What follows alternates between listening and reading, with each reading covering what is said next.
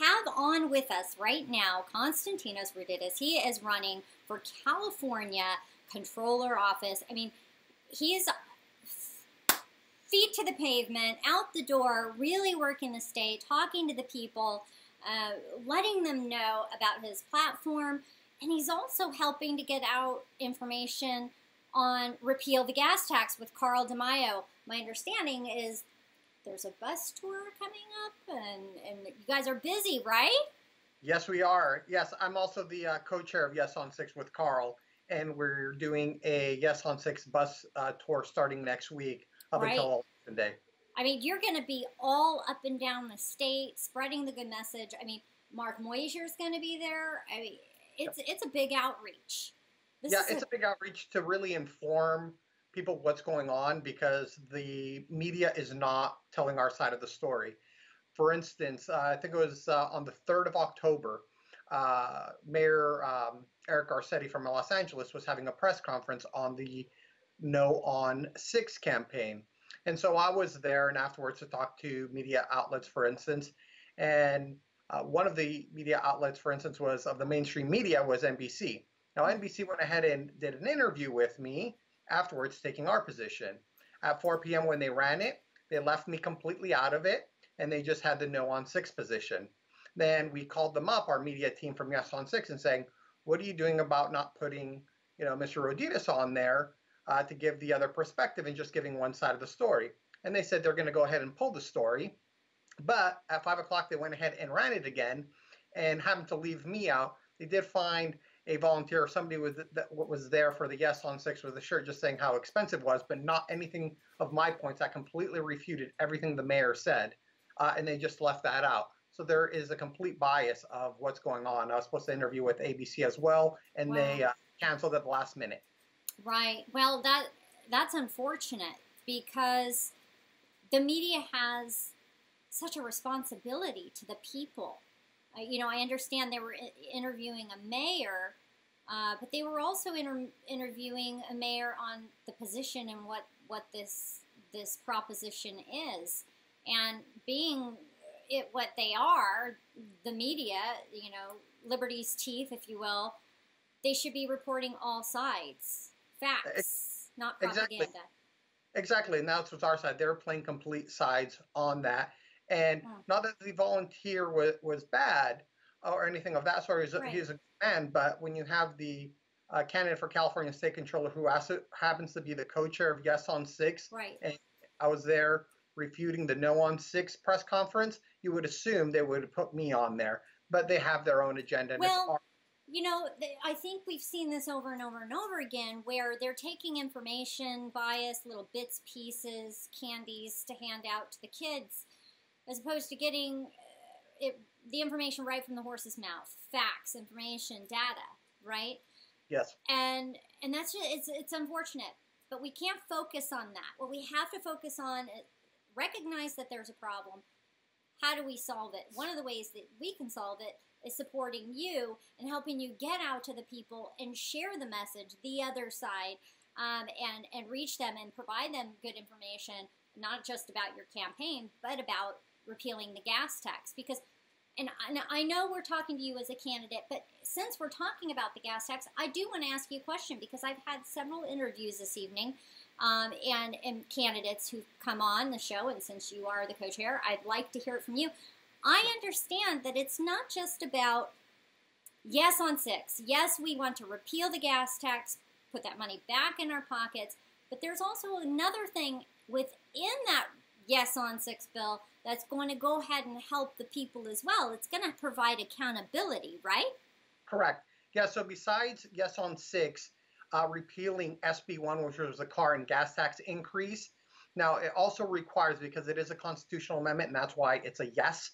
Some people are thinking it should be no, but it's a constitutional amendment because from now on, any future gas tax increases must go towards the people, and the people have to vote for those to go ahead and approve them, because part of SB1 is there's automatic increases pretty much every year because it's based on the consumer price index. Right, so because there's going to be almost another 12, what is it, 12 cents that's going to be added to? Yeah, I mean, it's crazy. It's crazy. Yeah. So it kind of depends onto it exactly because it's based on the The consumer price numbers. Right. index.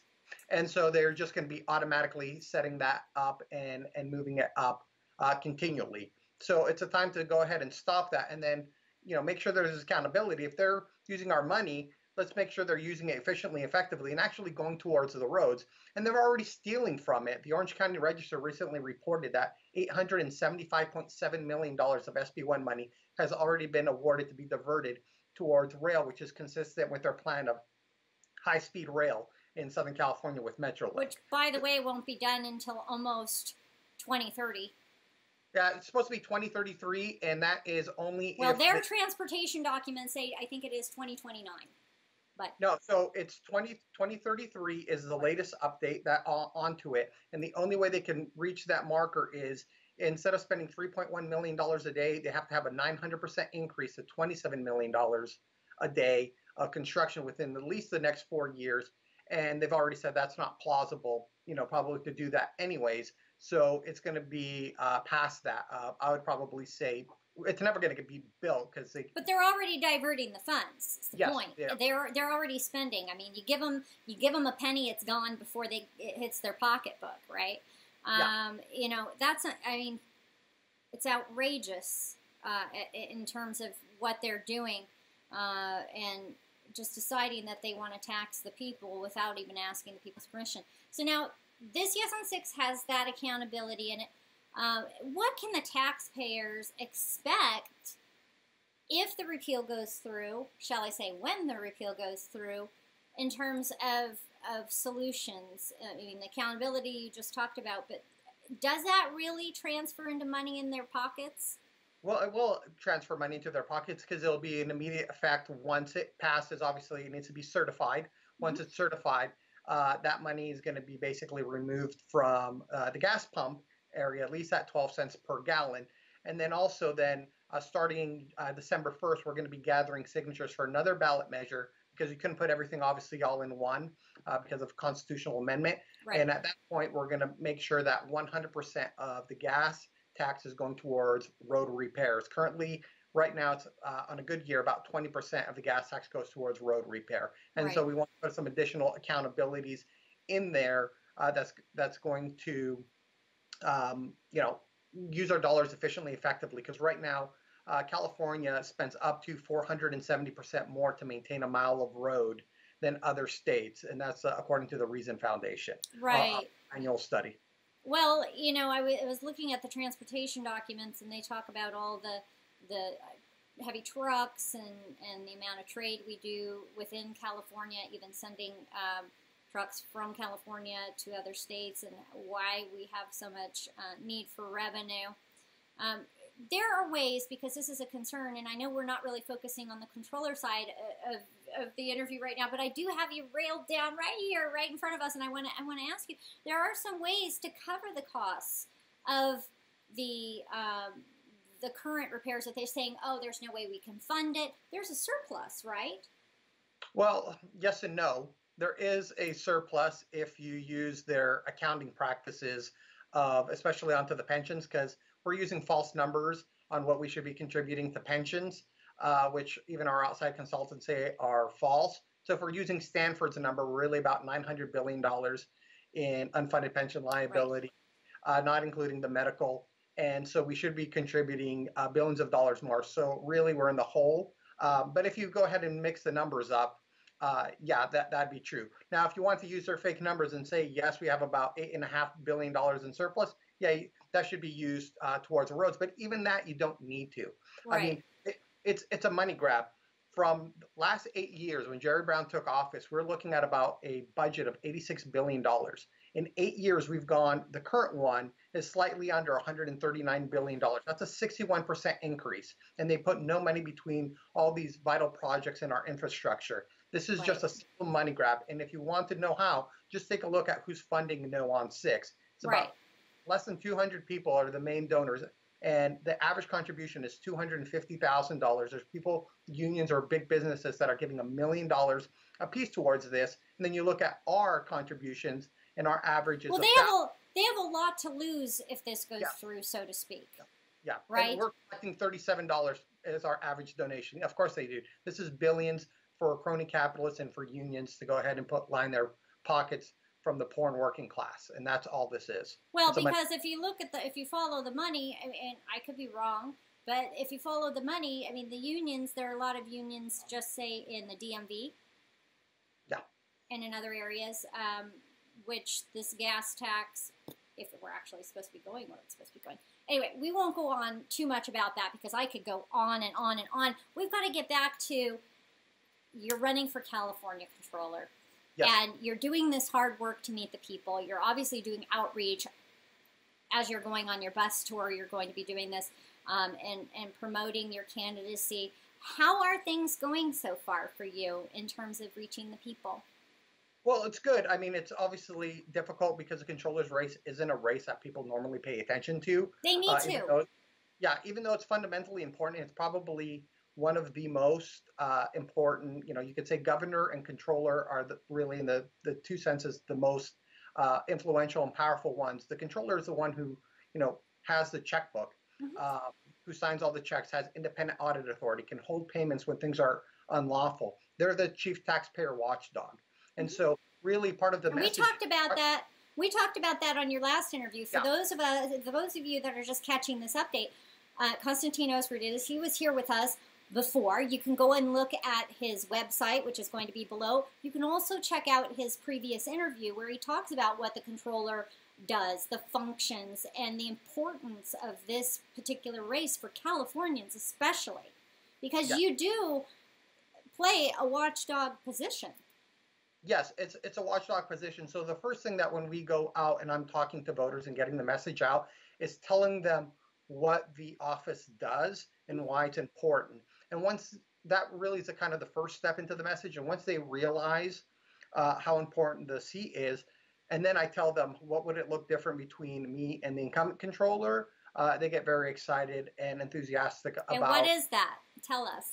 Well, for instance, one of the things is defunding of the high-speed rail. So the controller has the ability to hold payments when something doesn't comply with state law. It's part of their duties. That's why we have an elected controller instead of how some states have an appointed controller. So if we look at Prop 1A, which was the authorizing agent, you just have to look at just three simple things that were part of the high-speed rail. One, it actually had to be high speed, funny enough. And right now, about 1/3 of the track will have speed restrictions. Large sections of the track will be only up to 110 miles an hour from 220 miles an hour. Right. Also, Prop 1A required that there would be no ongoing subsidies once the train was built. We're looking at least $100 million, and I think that's very conservative, of taxpayer subsidies yearly to run this. And then also, the funding parameters have to be state, federal, and private investment. Federal government has stopped giving money, and the private government has, the private sector has never given money. And even the Los Angeles Times recently reported, state funds aren't even adequate. Federal funds are no guarantee, and private funds are non-existent. So because it doesn't comply with Prop 1A, I will withhold funds on the high-speed rail until it complies. And I don't believe repeat that again. Because, say that again. Just I want to hear that loud and clear. I want people to hear that loud and clear. As a controller. Yes, as controller, because the high-speed rail does not comply with the authorizing agent, which was approved by the voters in 2008, Prop 1A. On day one, I will get to hold funding on the high-speed rail and basically cancel the project because it doesn't comply with the state law, and that's within the power and scope of the controller's office. So I'll get to save taxpayers about $100 billion on day one, which is a very important thing to do, and I think people will love me for it. Well, that message right there needs to go all across California. High-speed rail to nowhere has been an issue, and even Democrats are upset about the idea of what they're trying to pull off, It's about 63% of people are frustrated because we're building literally the slowest and most expensive high-speed rail in the world. And it's going to take a long time, and the concern that regular folks have is by the time it's built, isn't it going to be outdated? It's already outdated before we even built it. This is 1970s technology at best. Right. So there's been a lot of, and like you said, the LA Times has talked about some issues related to it. And when the LA Times comes out with something against a project, you know it's got to be glaring. Yeah. At least, I mean, they have some distinctions, or for most of the time, even the liberal media has been hitting kind of hard on the high-speed rail because it is an absolute boondoggle, and you can't really justify it. Right. It's not environmentally. It defies logic. Yeah, there's not going to help traffic congestion. It's going to be more expensive and slower than taking a plane. Right. So why bother? Right, right. Well, we're so grateful that you came on the show and that you're doing this hard work throughout the state of California, and willing to step up and use your skill base to fix some of the big problems here. Can you tell people a little bit about your background so that way they can understand? I don't know that we touched on that on the previous interview. Sure. So I'm a businessman, usually by trade, and I've also been a city commissioner in the city of Anaheim. Mm-hmm. But I spent most of my time into the private sector. So after I graduated from UCSD with a political science international relations degree, I just focused on a lot of economics and trade policies and just general understanding how business works in the world environment. I went and was working also at a think tank at the time, a private think tank, which was government reform. After that, I ended up becoming... Isn't that lovely? Government reform. Yes, government reform. From there, I ended up moving to being an auditor and a compliance coordinator at a mortgage company prior to the crash. And then obviously, being an auditor and a compliance coordinator, I could see the crash happening before it actually happened. So I got out of that. I started establishing different corporations, and I've been basically doing that for the last 13, 14 years, opening up different companies. And so I've been a CEO and CFO, and I sit on different boards of organizations. So you know just how inefficient government is. You know the business world and how efficient it can be, and you want to take the two and help us. Exactly, because I've had government contracts or licensing with down from the municipality level to the federal government. So right. I understand the frustration of working with government, and we can do things a lot better. It's and that's what I want to do. I want to bring in my private sector experience into there, and part of the things that I've made a pledge is I don't take any lobbyist, PAC, union, corporation, and big business or special interest money. I'm 100% grassroots funded, and telling people, as a chief taxpayer watchdog of the state, you really need to have no possible connections or ties or anyone to even throw something at you of corrupting influence, because you legitimately have the checkbook of the state. You have billions of dollars that you're responsible for. Right. And so you're a purist. You believe in for the people, by the people, and really having that accountability there in taking office. Being that you're going into this position, and it is such a position here in California, we need more information like what you're providing today needs to reach the people. Because I think one of the reasons why government doesn't want people to understand what that position does is because the people that they currently have in there are bleeding the people dry. It's almost a protectivism position for government, to protect government, to help keep government padded and protected. And it sounds like you're going to be working for the people and obviously within the confines of the law and what have you. Yes. I'm so thrilled. I'm so thrilled. People need to know, though, about how to get a hold of you, how to contribute to your campaign, how to get involved. Can you give them your website information? Yes, it's also right behind me, right there. It's cacontroller.com. So okay. That's in California, and obviously the position controller. So CONTROLLER.com. And that's the best way to go ahead and learn more about our campaign. And then also they can go ahead and donate as well. Right. And that's wonderful. California goes, so goes the nation. You impact our state as controller in that position in a way which will impact the country, so to speak. I mean, this is huge. This is an opportunity for the people to really make positive change, actual change in a direction which will serve them better. I just love it. I love it. And I'm so grateful for you and for you putting yourself out there. And thank you. And thank you for coming on the Erin Cruz Show. And please, if you have a few minutes to update us right before November, we'd love to hear from you. Excellent. Yeah, anytime. Just let me know. As long as I can get a good signal while I'm on the bus tour. We can do it by phone, so. There you go. All right. Good luck and Godspeed. To hear more and to learn more on how you can make an impact or about the Erin Cruz Show, visit us online at erincruz.com. That's ERINCRUZ.com.